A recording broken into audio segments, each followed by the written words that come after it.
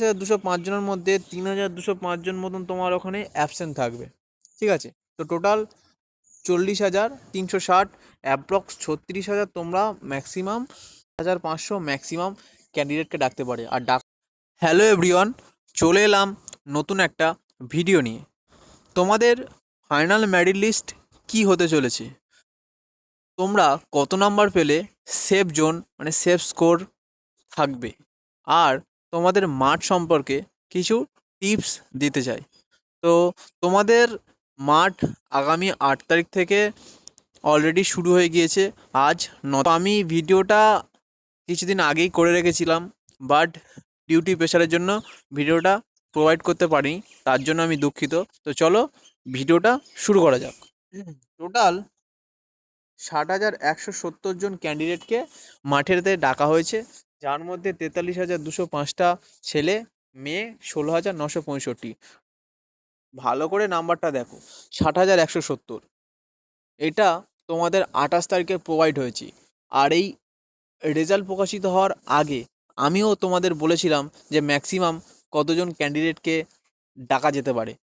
আশা করছি ভিডিওটা দেখে তোমাদের একটু হলেও মনে পড়ছে। ভালো করে দেখো, এখানে বলেছিলাম টোটাল 60,500 ম্যাক্সিমাম ক্যান্ডিডেটকে ডাকতে পারে, আর ডাকা হয়েছে 60,170। তো আমি এখান থেকে বাদ দিয়ে আরও কমিয়ে এনেছিলাম, বাট ম্যাক্সিমাম বলেছিলাম 60,500। অনেকে বলেছিল 80,000 ডাকতে পারে, 90,000 ডাকতে পারে। তো কেন কাট অফ কম গিয়েছে সেটা আশা করি তোমরা বুঝতে পেরেছো। তো কাট অফ সম্পর্কে বলি, আমি তোমাদের ডব্লিউবিপিতে একটা কাট অফ ভিডিও করেছিলাম। ডব্লিউবি পিআরবি যে কাট অফ ছিল তার থেকে একটু আলাদা হয়েছে। 90% ছেলেদের কাট অফ মিলে গিয়েছে, মেয়েদের কাট অফ আমি যা বলেছিলাম তার থেকে অনেকটা কম গিয়েছে। তো তার জন্য দুঃখিত ছিলাম যে এর থেকে কাট অফ বেশি যাবে না, কিন্তু এর থেকে কাট অফ কম যেতে পারে। তো ঠিক তেমনই হয়েছে। মেয়েদের কাট অফ সঠিকভাবে নির্বাচন করা যায় না, তার কারণ হলো বেশিরভাগ মেয়েরা তারা মক টেস্টে যে স্কোর করেছিল পরীক্ষার হলে ঘাবড়ে যাওয়ার কারণে সেই স্কোরটা আনতে পারেনি। আমি অনেকজনের সাথে কথা বলেছি বলে সেটাই এসছে। কিন্তু ছেলেদের পরিপ্রেক্ষিতে বলি, ছেলেরা যে স্কোরটা মক টেস্টে দিয়েছিল সেই স্কোরটা পরীক্ষার হলে নামিয়েছে। ইভেন তার থেকে যদি কম হয় 5 নাম্বার কমে গিয়েছে, বাট কখনো 55 কমে 40-এ আসেনি। ঠিক আছে, কিন্তু মেয়েদের ক্ষেত্রে এই জিনিসটা ঘটেছে, তো সেই জন্য কাট অফ অনেকটা কম গিয়েছে। তো আমি যে কাট অফটা প্রেডিকশান করেছিলাম সেটা একবার দেখে নাও, তারপর বাকি ভিডিওটা বলছি। আমি এই কাট অফটা প্রোভাইড করেছিলাম। তো এদিকে দেখতে পাচ্ছ ডব্লিউপি কনস্টেবল 2025 কাট অফ আমি ক্যাটাগরি ওয়াইজ এখানে বলে দিয়েছি, মেলের কাট অফ, ফিমেলের কাট অফ, এগুলো ডিটেলসে আমি বলেছিলাম। তো দেখো কতটা মিলেছে কি মেলেনি সেটা ভালো করে দেখো। তো ইউআরের কাট অফ 46 থেকে 51 বলেছিলাম, 48.5 হয়েছে। এসসির কাট অফ 37 থেকে 42, 39.25। এসটির কাট অফ 32 থেকে 36, এসটি 32.50। ওবিসি এ 34 থেকে 38, এটা কাট অফটা বেশি গিয়েছে, 41.50। ওবিসি বি 44 থেকে 49, 41.25 কাট অফ গিয়েছে। ইডব্লিউএস 25 থেকে 28, কাট অফ গিয়েছে 28। তো মোটামুটি ছেলেদের কাট অফ যা বলেছি 90% মিলে গিয়েছে আমার প্রেডিকশান অনুযায়ী। মেয়েদের কাট অফ বলি, দেখো মেয়েদের ফিমেল ইউআর বলেছিলাম 42 থেকে 47, গিয়েছে 36, অনেক কম। ফিমেল 31 থেকে 36 বলেছিলাম, গিয়েছে 26.25। এসটি গিয়েছে বলেছিলাম 28 থেকে 32, গিয়েছে 27.25। ওবিসি এ 29 থেকে 33 বলেছিলাম, 24.25। ওবিসি বি 40 থেকে 45 বলেছিলাম, গিয়েছে 27। ইডব্লিউএস বলেছিলাম 18 থেকে 23, গিয়েছে 12। তো মেয়েদের কাট অফ একদমই মেলেনি, আর ছেলেদের কাট অফ মিলেছে। তো বললাম কি কারণে মেলেনি, আর ওটা আমার নিজস্ব প্রেডিকশান ছিল। তো প্রেডিকশান ভুল ঠিক হতেই পারে, তোমরাও কাট অফ নির্ধারণ করতেই পারো। তো আমার মতে এটা কাট অফ ছিল। তো চলো মেন টপিকে ফিরে যাওয়া যাক। মানে দেখো 43,205 জনকে মাঠে ডাকা হয়েছে। তো মেল মেজারমেন্ট অ্যাবসেন্ট, তো 43,205 জনের মধ্যে 3,205 জন মতন তোমার ওখানে অ্যাবসেন্ট থাকবে। ঠিক আছে, তো টোটাল 40,000 প্রেজেন্ট থাকবে। মেল মেজারমেন্ট হাইট টাফ হবে। দেখো এখানে প্রচুর ক্যান্ডিডেট আছে যাদের হাইট নেই, কিন্তু তারা একটা পরীক্ষায় বসেছিল এবং পরীক্ষায় রীতিমতো ভালো নাম্বার পেয়ে পাশ করেছে। যাদের হাইট নেই, বারবার তারা মাঠে গিয়ে ফেল করেছে এবং তাদের হাইটে হয়নি, তারা আনফিট হয়ে বাড়ি ফিরেছে। এমন ক্যান্ডিডেট প্রচুর আছে, যেমন আমার নিজের দাদাও এটার মধ্যে আছে। তো এরকম ক্যান্ডিডেটের জন্য তারা হয়তো মাঠে যাবে না, ইভেন যদিও বা যায় তারা হাইটে বাদ পড়বে। তো ফিট অ্যান্ড আনফিট 10:1, 11 জনের মধ্যে 10জন ফিট হবে, একজন আনফিট হবেই। 11:1, তো 11 জনের মধ্যে একজন আনফিট হবে। তো সেই হিসেবে তোমাদের 36,360, অ্যাপ্রক্স 36,000 তোমরা ম্যাক্সিমাম হাইটে মেজারমেন্ট টেস্টে তোমরা পাস করে যাবে, ঠিক আছে? 36,000, এবং তার থেকে যদি একটু বেশি টাফ হয়ে যায় হাইটটা মাপা নিয়ে, তাহলে সেটা 34,000 আসতে পারে, ঠিক আছে? ভালোভাবে দেখো, male efficiency test, pass and fail. তো তোমাদের ম্যাক্সিমাম যদি 34,000 ক্যান্ডিডেটকে মাঠেতে নামানো হয়, ম্যাক্সিমাম তোমাদের পাস 60% করবে, ফেল 40% করবে। এটা প্রত্যেকবারই হয়, কারণ এটা কেপিএসআইয়ের 800 মিটারের মাঠ নয়, এটা হচ্ছে কনস্টেবলের 1600 মাঠ। এখানে 60-40 রেশিও থাকবে। তো ম্যাক্সিমাম তোমাদের 20,400 জন ক্যান্ডিডেট পাস করবে, 13,400 ফেল করবে। তো টোটাল 20,400 ছেলে ক্যান্ডিডেট পাস করবে যদি 60% ক্যান্ডিডেট মাঠে পাস করে। যদি 50% পাস করে, তাহলে 17,000 থেকে 18,000 পাস করবে। যারা পাস করবে বেশিরভাগ অ্যাভারেজ স্টুডেন্ট। তো দেখবে এখানে যারা খুব ভালো স্টুডেন্ট আছে তারা মাঠকে রেডি করতে পারেনি। দ্বিতীয়ত হচ্ছে তাদের হাইট শর্ট ছিল, তারা হাইটে বাদ গিয়েছে। আর বেশিরভাগ অ্যাবসেন্ট থাকবে, আসবে না যাদের হাইট নেই। তো এই পরিপ্রেক্ষিতে যারাই মাঠ করবে তাদের সবথেকে বেশি পসিবিলিটি আছে এবারে তারা চাকরি পাচ্ছে, ঠিক আছে? আর প্রত্যেকবারের তুলনায় কী হয়, 400 মিটার ট্র্যাক হয় হলে তখন ছেলেরা একটু সুবিধা পাওয়া যায়। কিন্তু এবারে প্রত্যেকটা জায়গায় 200 মিটারের ট্র্যাক করেছে, তোমাকে 8 পাক দৌড়াতে হবে, ঠিক আছে? এখানে এক একটা সেকেন্ড খুবই ভাইটাল।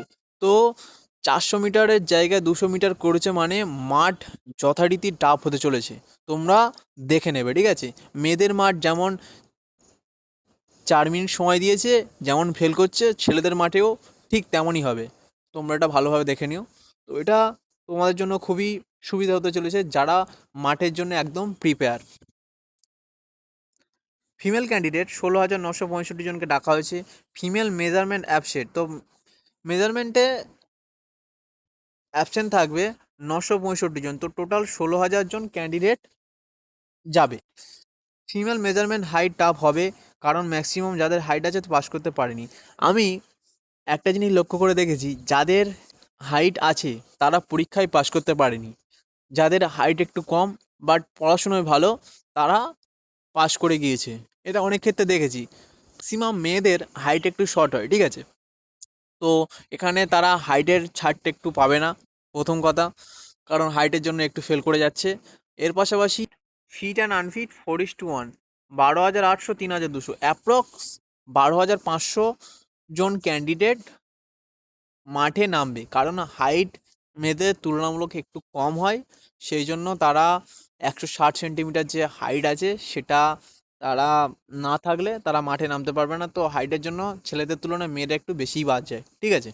তো টোটাল 12,000 ক্যান্ডিডেটকে মাঠে নামানো হবে। তার মধ্যে পাস ফেলের কথাটা বলি, ম্যাক্সিমাম 50-50 পাস করবে। তার থেকে বড় কারণ হলো 200 মিটারের ট্রাক, আর সময়টা হচ্ছে 4 মিনিট। 4 মিনিটের সময় 800 মিটার মাঠ খুবই চ্যালেঞ্জিং, ঠিক আছে? আগের বারে 30 মিনিট মানে 4 মিনিট 30 সেকেন্ড ছিল, ম্যাক্সিমাম মেয়েরা পাস করে গিয়েছিল। বাট এবারে খুবই ডিফিকাল্ট হতে চলেছে, ঠিক আছে? যদি 45% পাস করে তো টোটাল 5,400 থেকে 5,500 ক্যান্ডিডেট, মহিলা ক্যান্ডিডেট, তোমরা ইন্টারভিউর জন্য ডাক পেতে চলেছো, এরকম একটা ব্যাপার। তো এটাই বারোই আসছে। এখন যা দেখতে পাচ্ছি এর থেকে কম হতে পারে, বাট এর থেকে বেশি একদমই যাবে না, ঠিক আছে? মেল ক্যান্ডিডেটদের বলি, যাদের 2 থেকে 3 নম্বর বেশি আছে তাদেরও চান্স আছে। তো তোমরা এবারে যদি মাঠ করে আসতে পারো, তাহলে তোমাদের হাই পসিবিলিটি আছে এবারে চাকরিটা তোমাদের হবে। যাদের 5 থেকে 6 নাম্বার বেশি আছে, তোমরা 99% চান্স আছে তোমরা এবারে জবটা তোমরা পাচ্ছ। ঠিক আছে, যাদের 2 থেকে 3 নাম্বার বেশি আছে তারা একটু চাপের মধ্যে আছো, তাদের চান্স 50-50। কারণ 2-3 নাম্বার বেশি মানে কাট অফ কী যাবে বোঝা যাচ্ছে না, কিন্তু এখানে ম্যাক্সিমাম চান্স আছে যারা ভালো স্টুডেন্ট আছে, পরীক্ষা ভালো দিয়েছে কিন্তু মাঠের জন্য প্রিপারেশান নিতে পারেনি, তারা মাঠে আনফিট হয়ে যাবে। প্রথম কথা, দেখো কেউ যদি ফিট হয় তাহলে তো খুব ভালো, কিন্তু যেটা বাস্তব কথা সেটা তো বলতে হবে। তো মাঠে আনফিট হয়ে যাবে প্রথম কথা। দ্বিতীয় কথা, অনেকের হাইট নেই, তারা যাবে না, যদিও বা যায় হাইটে ছাড় পাবে না। তো এই জন্য বলছি, তোমাদের যাদের 5 থেকে 6 নাম্বার আছে তারা হাই পসিবিলিটি আছে তোমাদের এবারে ডব্লিউপি একটা সিট তোমরা পাচ্ছ। ঠিক আছে, এটা হচ্ছে সবথেকে গুরুত্বপূর্ণ কথা। মেয়েদের বলছি, মেয়েদের মাঠ পাস করলে খুব বেশি চান্স আছে, বেশি নম্বর না থাকলেও হয়ে যাবে। মেয়েদের মাঠ যদি পাস করে আসতে পারো তাহলে তুমি পুরো চাকরির মুখোমুখি। ঠিক আছে, কেন বলছি, মেয়েদের কন্টেস্টটা খুবই ইজি হতে চলেছে যদি তুমি মাঠটা পাস করতে পারো। তোমার কাছে সব থেকে বড় চ্যালেঞ্জিং হচ্ছে মাঠ।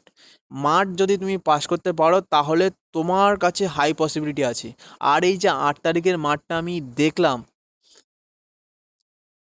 তোমরা একবার মাঠটা পাস করো, বারবার বলছি মাঠটা ভালোভাবে পাস করো, মাঠটা খুবই গুরুত্বপূর্ণ। এতে যদি 2 থেকে 3 নাম্বার বেশি থাকে তাহলে তোমরা মোটামুটি ম্যারিটে আসার চান্স আছে। ঠিক আছে, হাই পসিবিলিটি আছে। আর যাদের পুরো একদম টাইটাই পাস করেছো তাদেরও বলছি, তোমরা যদি ভালোভাবে মাঠটা কমপ্লিট করতে পারো তাহলে তোমাদের 50-50 চান্স আছে। ঠিক আছে, ওবিপিতে একটা ম্যাক্সিমাম প্রচুর ভ্যাকান্সি আছে যেটা কেপিতে নেই। তো পিছনে কেপির জন্য পড়ে থেকো না, কারণ কেপির ভ্যাকান্সি অনেক কম আছে, ডব্লিউবিপির ভ্যাকান্সি অনেক বেশি আছে। তো ভালোভাবে মাঠটা করে এসো। প্রত্যেক ক্যান্ডিডেটদের বলছি, যে ক্রসিং লাইন আছে, ক্রসিং লাইন পার হয়ে যাওয়ার পরে তোমার যা হয় হোক, ক্রসিং লাইন তোমাকে কমপ্লিট করতে হবে। 6.5 মিনিট টাইম, 1600 মিটার মাঠ। তো 1600 মিটার মাঠ অবশ্যই করা উচিত। ঠিক আছে, আমি বলছি তোমাদের এবারে দেখে নিও, যারা যারা মাঠ কমপ্লিট করবে কাট আপ কী যেতে চলেছে তোমরা তোমাদের ধারণা নেই যে এত কম কাট আপ যাবে, তোমরা পরে বুঝতে পারবে। ঠিক আছে, তো বলছি ভালোভাবে মাঠের জন্য প্রিপারেশন নাও, তোমরা মাঠ করলেই তোমাদের চাকরি। ছেলে মেয়ে উভয়কে বলছি মাঠটা ভালোভাবে করে এসো, 4 মিনিটের মধ্যে ভালোভাবে স্ট্র্যাটেজি নিয়ে মাঠটা করো। ভিডিওটা এখানে শেষ করলাম। জয় হিন্দ, ভারত মাতা কি জয়। ভালো থেকো, ভালোভাবে মাঠ করো, আর আমাকে খুশির খবরটা জানিয়ে দিও যে মাঠ পাস করে খুশির খবরটা অবশ্য জানিয়ে দিও। তো চলো, টাটা।